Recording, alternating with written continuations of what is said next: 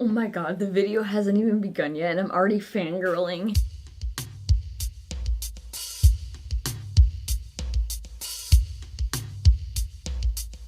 Hey everybody, it's me, Rena, and I'm doing another review because my other one was like semi-popular. It was Goodbye Yellow Brick Road, and I'll put a link in the description and at the end of this video if you want to check that video out.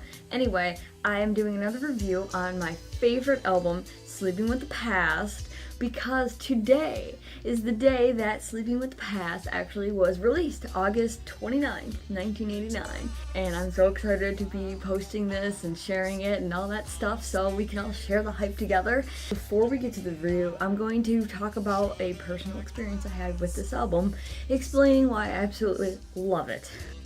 I'm a new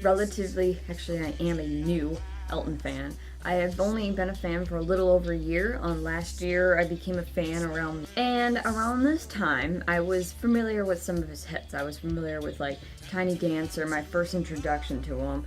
That's why they call it the blues, and you know, some of his hits, so I knew who he was and I liked him. And around this time, you know, my family, we like to have gatherings around the holidays and things like that. So we were going over my grandma's house for Memorial Day, and she lives up north. So we had to do a little road trip. My parents were listening to some songs in the car that I did not want to listen to, and I was not in the mood. So I put on my headphones and I pulled up YouTube on my phone. I decided to look up some Elton John playlists because I was in the mood to listen to a new artist, discover him a little more because I liked him and I was just getting into him, and I thought, why not? You know, I'm doing nothing else, I'm just sitting in the car. And the first one that struck me was Sleeping with the Past, specifically because of the dark cover, and I will talk about the cover in a minute after I get through this personal experience. I pulled up the playlist and my whole experience about the album comes after that, how it affected me and made me, you know, fall in love with it. But this is what I remember. Those first seconds of Durban Deep and those drums and the whole album, I just remember sitting there and thinking, what a genius. I remember the whole scenario. I was sitting by the car and it was just open country fields and landscapes. And it's kind of ironic because this album was actually recorded in Denmark in the middle of nowhere, in the countryside. They were right next to like a farm or something like that, and it stunk. It was weird that this album was recorded in the middle of nowhere and I was in the middle of nowhere, but anyway, and I connected immediately to this album. You'll see why I feel so strongly about it as I get to the review, because I'm an old soul and I love old music. This album was Bernie and Elton's tribute to like soul and R&B songs of the 60s and 70s. And me being an old soul and loving old music, already hearing old music from 1989, trying to mimic something even older is like a double bonus for me. It's just the best thing ever. I'm gonna get right into the album cover, and so we can discuss this beautiful album. Oh my god, I remember picking this out at the record store a couple months ago and in tears. It was the greatest find. I never even looked at the price, you know, I just had to buy it. It was required. It could have been like $100 and I would have bought it. I'm a huge fan of Elton's late 80s and early 90s work. I really love his voice after surgery, just the first couple of years after it. It's just phenomenal. This album, everything about it, from the cover to the songs to, it makes a statement. This cover, it draws you to him. What really caught me about this was the expression he has and the darkness of it. He's very mysterious. It's like different than all the colorful album covers that he had. Very, you know, for the most part. I mean, I think Breaking Hearts was a little dark looking, but this is another dark one and it's weird. You compare this to something of the 70s like Caribou. Oh my god, this is a huge transition. In this time period of him, he was going through a lot of changes. You know, he just divorced his wife and he's trying to come to terms with his drug addictions and alcohol and depression and things like that. So it was a really, really dark period for him. He just got done going through the Sun magazine, which posted tons of lies about him, and he's, you know, sued them and all that stuff. So it was hard for him. And I think this cover reflects that time period of him. And for some reason, I really like that time period. Not because he was struggling, but it seems so relatable. Like he was a real person. You can relate to him. Suddenly, he's not so much of like this big pop star. He just looks like your uncle sleeping on the couch. But he's so cute. Anyway, it's just... very peaceful looking. He looks very peaceful and content on the cover. It looks like he didn't even try. It looks like he was actually just sleeping there and someone just said, hey, capture a picture of him. This looks like a good cover for it. It's lovely. And I just remember every time I see this cover, I remember that first impression I get when I saw him with his hands on it. I don't know, it just really got to me. I fell in love with it. I know you don't judge books by their cover. You can judge this one and you can get an idea of what this album is like because of the cover. Not indicating that the songs are dark. Let's get to the review and you'll see. Durban Deep is an excellent opener song. I'll just start with those drums. Very captivating. And the first song on an album opens with drums. It leaves you so much to wonder, and you're just thinking, where's this gonna go? You know, I had no idea this was gonna be like a reggae style song. I had no idea. Which is awesome, by the way, that he covered out, you know, so many different styles. And then the guitars that followed after is kind of intense, actually. For a little song like that, it's quite intense. His voice is flawless throughout this album on this song, the whole thing, very smooth. He didn't try to overdo anything like he did on maybe some other albums, Leather Jackets. He's very solid, his voice is strong, but he got used to, you know, his newish style of singing. The deepness, the richness in his vocals, but we'll get to that on some other songs. For Durban Deep, you know, it mentions a drill and a hammer throughout this song, you know. Not only does it paint like a picture in your head when you hear it, like someone, you know, actually like pounding things. The drums sound like a hammer. Like you really feel like the drummer's drilling his drumsticks into the drums. It's so passionate. It's the music that goes with it. The music actually fits the lyrics, and that's what's like strangely awesome about it. You know, I think Elton himself said that he didn't really like this one. It was kind of like fake or something along those lines. Like he didn't try very hard. It isn't the strongest on this album. It's great to have it as an opener and it's worth it. I like it a lot. It's enjoyable.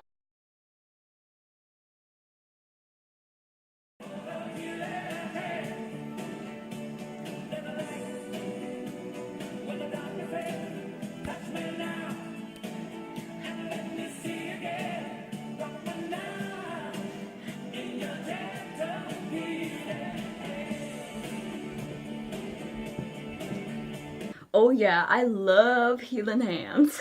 One of my first introductions to him was Healing Hands, the music video. Now the music video is separate, you know, from the songs. I won't discuss the music video here, although I adore it because he looks like really attractive on it. For the song, I promise I'll try to analyze this the best I can. This is an intense song. The other one's intense, but not to this intensity. It builds and it builds and it builds, and it's wonderful live, and it is so powerful. It really showcases Elton's band at the time, which he changed for like an awesome rock and R&B band. He had this great band with awesome backing vocals, so strong, the drummer. It was so good. And this song showcases that like perfection. Absolutely perfect. Super intelligent musician, super intelligent lyrics from Bernie. Very uplifting and hopeful and makes you super happy. This song in general is just magic. I feel like it's a time machine. Like when I hear some of these songs, I feel like I'm actually going back to like a different time. It's very nostalgic, this whole album, and the cover is very nostalgic. The whole thing makes you just go back. As I said before, for an old soul, this is why this album resonates to me. It's so touching. Healing Hands, that key change at the very end is what made the song. I mean, this song was fabulous already, but then he does that key change, and suddenly you want the song to go on for like another 4 more minutes. And my absolute favorite part is the part where he says, "Rock me now," at the very, very, very, very, very end. I'm so depressed that it wasn't longer. His piano solo on that was so simple, but perfect. I don't even know what he did, like little trilling things or something. That awed me. He seems like a god when he plays on that piano, especially on this song. He sounds like a god. It sounds like it came from the heavens. It's like music God actually put on this earth. Elton actually is God though.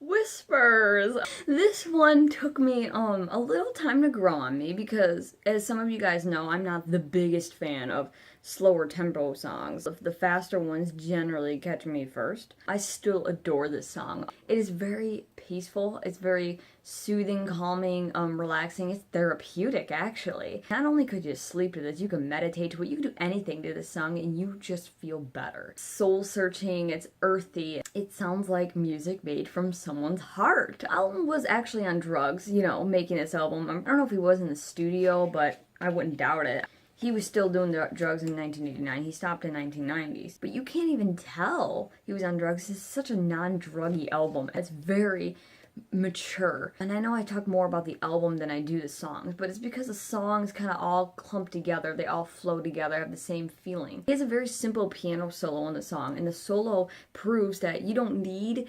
a lot of it. You can have a really small, simple solo in it, and it's just enough. Perfect. And that is what's smart about a musician that knows what he's doing. But a little bit, you know, here and there might just mean a beautiful song, and this does it. The guitar work is just killer, and I mean killer in the best way possible. It just drives through that whole song. The drums, I don't know if that's a drum machine or not. I know we use drum machines on a couple of the songs on here. Doesn't mean they're bad. Some people hate drum machines, but I think that they sound fine. The drums are still great on it. The chorus, though, is a little weak in my opinion. I think it can get a little. It's still a beautiful song. I cry when I hear it because I love it that much. Club at the End of the Street. This is everyone's favorite pretty much, and I agree. This is another huge favorite. I think I've never met a person that didn't like this song. This song also has a very nostalgic feeling, just like the rest. It's very old school, and it's just lovely. I mean, Bernie's got to write some songs that are not so deep all the time, and this song is just happy, light lyrics, and the music is with it, and it's just a campy, nice, upbeat, happy song to dance to. I mean, it's also great live, and Elton has rarely played it live. He played it in like the early 2000s. I wish he would do it again live because I'm sure the audience would love it. No one would leave that. You can't miss out on that. It's incredible. I don't have much to say musically about this because it actually is a little redundant. It doesn't have like no impressive ending like Whispers, which I just love that ending. But in general, there's nothing I would say impressive about it, but it's still very enjoyable, if that makes sense. You're not like when you hear it. It's a great song that I think every Elton fan needs to have and listen to and appreciate a little more because it's just fun, and that's what I like. Sleeping with the Past, the title track. My #1 absolute favorite Elton John song ever. It might be a little ironic that Sleeping with the Past is both my favorite album and song. I didn't just pick that just because. The song in general is very strong and so underrated. Just hear me out on this one. A lot of people never talk about this song. When I speak about Sleeping with the Past, everybody never mentions the title track. They just skip it over. They either go to the hits on it, like Sacrifice, or they go to something like Blue Avenue, which I'll get to, you know, at the end. Sleeping with the Past should be mentioned way more often. We'll start with the lyrics. Again, very uplifting. Something like, you know, Healing Hands. It inspires you. The song is about, you know, I guess like a breakup. The person that Bernie is talking about is upset about this person, and it's basically saying get over this person, you know, and I can't even relate to that because I've never dated someone my entire life. That being said, for a song that I can't relate to, even though most people can, it is so inspiring still, and I listen to it constantly. Even though the lyrics don't resonate for whatever the situation is, I still connect to it, and that's what makes a strong song, is you can still relate to it in your own way. And music is very subjective like that, and you know, you connect to it in different ways and appeals. But this song, it wasn't just the lyrics, it was the music. Again, they flow with the lyrics. This is so nostalgic. The sound of this, very, again, old school, soulful, like the whole album, very soulful. That guitar, throughout the whole song, the solo, the intro, I loved it so much that I actually learned it on guitar. It's catchy. Hey, listen to that solo and tell me that is not a great solo. It's so simple, but it's so perfect and it flows. It's a strong solo. This album really proves that simplicity can honestly be the best. The chord progression throughout the song is so unique. I mean, only Elton could come up with something like this, and it just fascinated me where the chords were going, and I'm very surprised that a song like this can be so strange musically, but catchy, where Elton says clinging to. He sings it like he's like like the whole thing. Like you can picture him at that microphone just belling out his whole soul. It's very moving. It grabs you, and you know, I got ADD, can you not tell? I repeat the same thing over and over again. But this song not only captivates me, but it draws me in, makes me listen constantly over and over. I can put this song on repeat at least 100 times and never complain. It would be better and better each time, and it sounds even better a half step down. And I think a lot of the songs on this album sound better a half step down because Elton actually sung some of the songs in a lower key and then he raised them up later on. An example of this is Sacrifice. If you put them in a music editor and you put them down a little, his voice sounds a little deeper, but it sounds nicer. Stone's Throw from Hurtin. Another one that's so underrated and people constantly skip over, and I don't understand why. This song is underrated because of the music. This song is so unique and it's also old school. Elton's singing. Now we're gonna start with this. How Elton achieved this whispering is he actually whispered into the microphone, and then on the final recording they turned up his vocals. They turned up the volume in general so you can actually hear it over the music. His vocals sound super sexy. I hear those lyrics and I'm just like, damn boy, you're hot. With the top hat look, 1989, singing with those oh my god, girl or boy. It's a sexy song, the whole thing. The guitar, I learned the guitar part on guitar because it was so catchy. Again, super simple but awesome solo. It's another song that he should probably do live because it's another one that I think the audience, even though they might not know, would love. Actually, I noticed something. Almost all the songs on this album start off with drums. But it works. I mean, it's just if you're paying attention to it musically, you'll notice that the drums are quite important on this album. But Stone's Throw is very passionate. It sounds like he put so much effort into this song. If you took out all the other songs, I think this song in particular achieves what the album is about. Soul and R&B songs of the 60s and 70s. I'll say this for like the 400th time. It's nostalgic. It's very old school. You get that feeling throughout every song, but especially this one. This is my second favorite on the album. Now, Sacrifice. Everyone is familiar with this song. This was one of my first introductions to him. I wouldn't say it's overrated, like probably my least favorite. I'm a deep track person, so of course, the hits I don't tend to be that enthusiastic of. But it's just because I hear it a lot and, so many people talk about it, then I just get a little tired of it, if you know what I mean. Musically, it's very beautiful. And when he plays it on the piano, like live solo on the piano, it just rips through you, gets right to your heart, and you're just touched by it like that, just instantly. Again, a little interesting chord progression on his part. He definitely knows how to write those ballads. I think that's what he's pretty much known for. The ballads is also what made him huge in the 90s. This is the start of that, in my opinion. It's a nice song. I won't say much else because I think a lot of other fans speak about this better than I can, how it touches them emotionally. Some people think the lyrics are like fantastic. I don't think so. I think they're not that great, but they're simple. They just get the job done, in my opinion.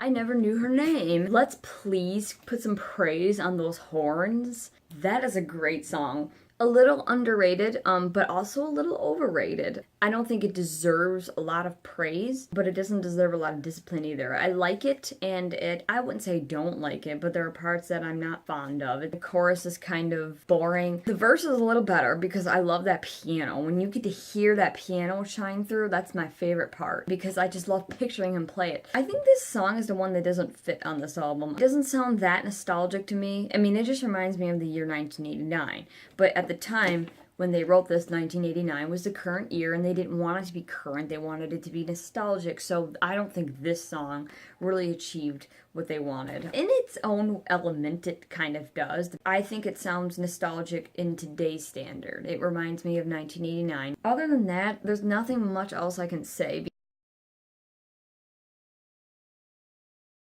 Amazes Me, Amazes Me. Slower song, so it took a little more time to grow on me. People need to, in general, listen to this song. I think this is a better ballad than Sacrifices, by a long shot, actually. I don't know how to explain it, but Elton's so good at picking material out and chord progressions and styles out that can be amazing hits. He literally is a hit-making machine. This one totally could have been a huge hit if it just got some radio play. Again, this song showcases his band at the time. That backing vocalist, Marlena Jeter, I think she's one of the ladies that sang with him on his tour and as a backup vocalist. You're awesome. If you're ever gonna watch this, I want your vocal cords. Elton sounds so great with the ladies singing with him. You know, Don't Go Breaking My Heart. He just sounds great when a woman is singing with him. And it's just a wonderful, beautiful touch. It fits with the lyrics. Elton's a genius for doing what he does in these songs. This is a powerful ballad. It builds just like some of his other songs. The drums drive the song, and Elton's vocals also drive the song. And I'm gonna just shed some more light on his vocals here, but they are so pure, so clean. There's no fragment, nothing, no crack in that vocal at all. This is how you know a man is talented. It's also kind of a sexy song in a way. I think this is kind of a beautiful song for some lovers, you know, like a honeymoon, something like that. Especially the lyrics. Listen to this right here. My dark southern breeze sweeps through my fingers and it amazes me. You make me so happy inside. Your envy shelters me. Lay down your burden, mystery of ebony. This is actually word genius. I mean, he doesn't consider himself a poet, but he actually is, and I will fight him until he realizes that he is a poet. Blue Avenue, the last one here. Now this song is a great song to end the album with. I think this song is dark, I think it's mysterious, I think it's emotional, moving. And that piano part, I feel, is very nostalgic to Elton's own past. Because when you hear just Elton and his raw vocals and his raw piano playing, you either think his 90s solo stuff, or you think his 70s when he just played with just his piano. Kind of nice in a way. To just hear Elton and his piano and his vocals. Elton is an actual genius, that he's such a powerful musician, and he has so much talent to be able to sing and play piano the way he does, and that song speaks for itself. The song would be nice just totally solo, just piano. The rest of the, you know, guitars and the drums and the added special sound effects, and it also add charm to it. This song has gotten me through a lot, actually. It just enlightened me, just made me feel awesome. I actually made a music video to the song because I love it so much, so I will link that at the very end for you so you can check that out as well. Also, I will note that the intro to this song, interesting, how he comes up with these different licks. I just wonder what goes in his brain, you know, who came up with these things. A genius at his best, but also at his worst, if you know what I mean. I think it's really ironic how, in my opinion, he was in his lowest time here, but he produced his best album. This song can get potentially redundant. If you listen to it over and over, the lyrics are redundant. Elton sings them a little too much. The only reason why I particularly note this song as being redundant is because when I made the lyric video, I had to replay this song over and over. It's normal for people to find it redundant, listening to songs over and over. It's intense, and then it gets to a point, and then it stops getting intense. You know, the start of the song, it gets a little more, and then it has like a spike, and then it gets like, it kind of just stays like this. That's the only downfall of this song. I just think he does the chorus too much. If he stopped the chorus maybe once, I think it would be fine the way it is. And that, guys, is my review for Sleeping with the Past, my absolute favorite album of Elton. This is actually my favorite album of all time. You can see I'm just so enthusiastic about this album. I love it. I love him. He's so cute. I'm a little biased, again, because I think he's super adorable on this cover. I don't know how I could be biased, though, if I never even grew up with it. I guess it's because this is my first introduction to him, and it'll always mean something to me. See, look. No, look at him, look. Look. You know you like Elton. He's your best friend, remember? Remember I play his music for you and you like it. She really wants to leave, but I'm not letting her at the moment because I want to torture her and make her look at Elton's face a little bit more. Look at him. Alright, you guys want to see her run because she hates me? She really doesn't like me, but as you can see, I do have this poster. I have pictures of him in this era everywhere. He's everywhere you can dream. I love him in 1989. He's perfection. I even made this figurine. It's a dog, but it's dressed to look like him in 1989, see? Well, guys, you can see my quite negative review of Goodbye Yellow Brick Road here. Please be nice about it. It's my first review, and I have a minority opinion on it. And over here we have my lyric video to Blue Avenue, which I do need more views on, so please help wrap that up. And I hope you enjoyed this video, and I will hopefully have some more reviews coming up of Elton's. Hopefully Leather Jackets, Caribou, Rock of the Westies, and maybe some Victim of Love. Or The One, we'll see. We'll try them, but I think next in line is probably Leather Jackets, so stay tuned for that. And I'll try my hardest, and subscribe if you haven't already.